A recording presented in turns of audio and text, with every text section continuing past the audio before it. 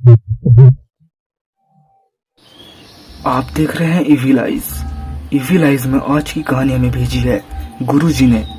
पहले तो गुरुजी को बहुत धन्यवाद कि उन्होंने अपनी कहानी हमारे साथ शेयर की है। गुरुजी की इंस्टाग्राम आईडी की लिंक आपको हमारे डिस्क्रिप्शन में मिल जाएगी। तो चलिए बढ़ते हैं आज की कहानी की ओर। गुरुजी बताते हैं, मैं और मेरा एक दोस्त, हम दोनों को घूमना बहुत पसंद था, इसलिए हम लोग दोनों बीच बीच में इधर उधर घूमने चल जाते थे। लेकिन इस बार मेरा दोस्त कहीं दूर जाने का सोच रहा था और उस जगह जाना मेरा भी एक बहुत सपना था। लेकिन इस बार हमारे घर वाले बाहर जाने के लिए इजाज़त नहीं दे रहे थे। हम लोगों ने पहले बहुत समझाया कि हम लोग सावधानी से जाएंगे, फिर सावधानी से लौट कर आएंगे। फिर बहुत समझाने के बाद घर वाले मान गए और हम दोनों सफ़र के लिए तैयार हो गए। ट्रेन सुबह की थी। पूरा दिन हमारा ट्रेन में अच्छा बीता। फिर रात के 12 बजे हम दोनों ट्रेन से उतरे। दूर का सफ़र होने के कारण अभी हमें बस से सफ़र करना था और अंतिम बस भी रात 12:30 की थी, इसलिए हम लोग कुछ देर तक वेट करते रहे। कुछ देर वेट करने के बाद बस भी आ गई। बस थोड़ा खाली खाली सा था। बस का खाली रहना जायज़ भी था क्योंकि रात भी तो बहुत हो चुकी थी। हम दोनों जल्द ही बस में चढ़ गए, लेकिन वह बस कंडक्टर बहुत चुपचाप था। वो हमसे कुछ बात ही नहीं कर रहा था। हम लोग दोनों जाकर अपना सामान रखते हुए सीट में बैठ गए। लंबा सफ़र होने के चलते हमें बहुत नींद भी आ रही थी, इसलिए मैंने सोचा कि कंडक्टर को बुला के पैसे दे देता हूँ, फिर आराम से सोऊंगा।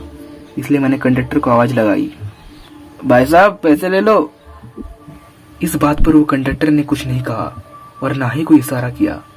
पहले मेरे को लगा कि कंडक्टर सुन नहीं पाया होगा, इसलिए मैंने और एक बार आवाज़ लगाई, भाई साहब पैसे तो ले लो।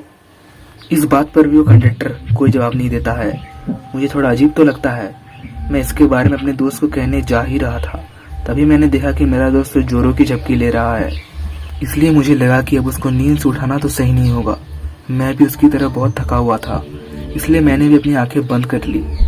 लेकिन आधा एक घंटा होने के बाद भी मुझे नींद ही नहीं आ रही थी। मुझे ऐसा लग रहा था कि जब भी मैं अपनी आंखें बंद कर रहा हूँ तो कोई हमें घूरे जा रहा है। लेकिन जितनी बार मैंने आंखें खोली उतनी बार मुझे सब जैसा का तैसा ही दिख रहा था। कुछ देर बाद बहुत प्रयास करने के बाद मुझे नींद आ रही थी, लेकिन फिर किसी मांस कटने की तेज आवाज के चलते मेरी नींद फिर से टूट गई।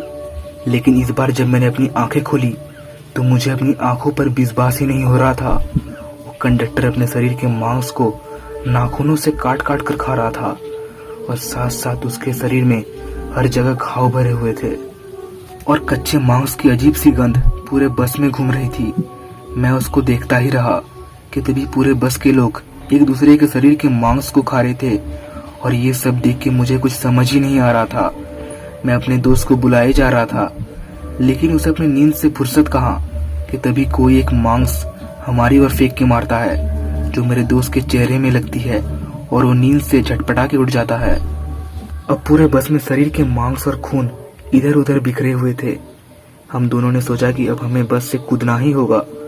हम दोनों बस से कूदने के लिए खड़े हुए ही थे कि वो सब अचानक से हमारी ओर देखते हैं। वे हमारी ओर आ ही रहे थे कि तभी हम दोनों ने जैसे तैसे करके बस से कूदा। हमें बहुत चोट तो लगी, लेकिन उसके बाद भी हम दोनों बस से कूद के भागना शुरू किए। कुछ दूर दौड़ने के बाद हमें एक ढाबा दिखाई दिया। हम वहां जाकर रुके और रुकते साथ हमने उस आदमी को सारी बात बताई, लेकिन पूरी बात बताने के बाद भी वो आदमी कुछ कह ही नहीं रहा था और साथ साथ वो पीछे भी मुड़ा हुआ था। फिर मेरे दोस्त ने उससे पूछा, भाई साहब बताओ तो कुछ। मेरे दोस्त की इतना कहती वो आदमी हमारी ओर मुड़ा और उस आदमी का भी चेहरा उन बस की कंडक्टर सवारियों की तरह ही था। वो आदमी भी अपने शरीर के मांस को खाए जा रहा था। हम उसे देखते ही फिर भागना शुरू किए।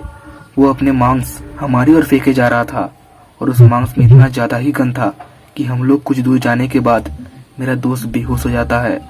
हमारे पास पानी भी खत्म हो चुका था, इसलिए जैसे तैसे करके मैं अपने दोस्त को लेकर एक साइड रोड में एक छोटे से घर में पूरी रात बैठा रहा। सुबह होते होते मैं थोड़ा सो गया था।